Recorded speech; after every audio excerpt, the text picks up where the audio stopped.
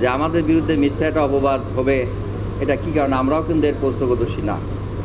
তো এখানে যে বিষয়টা আছে, যে রাজনৈতিক বিষয়টা আসছে, গ্রুপিংয়ের কথাটা আসছে, পোলাপানের যে আচার আচরণ, চলাফেরা, এগুলো আসলে যখন আমাদের এই নতুন কারিকুলামটা আসার পরে বিদ্যালয়ের যে পরিবেশ, আমরা চেষ্টা রাখি সুন্দর রাখার জন্য। কিন্তু এই যে মোবাইল ফোন, এই মোবাইল ফোনের অপব্যবহার, আমরা অনেক সময়, আমি কিন্তু নিজে ক্লাসে ঢুকিয়ে তাদেরকে মোবাইল ফোনগুলো সার্চ করি যে এই ফোনগুলো তোমাদের স্কুলে প্রয়োজন নাই, তোমরা কেন আনো? গার্জেনকে ডাকি, গার্জেন ডেকে বলে যে আমার পোলাপানে ফোন না দিলে সে নষ্ট হয়ে যাবে, সে আত্মহত্যা করবে। আরে ফোন আনছে ভালো, ফোন বাসায় থাক। এই ফোনের ভিতরে কী আছে আপনি কি জানেন?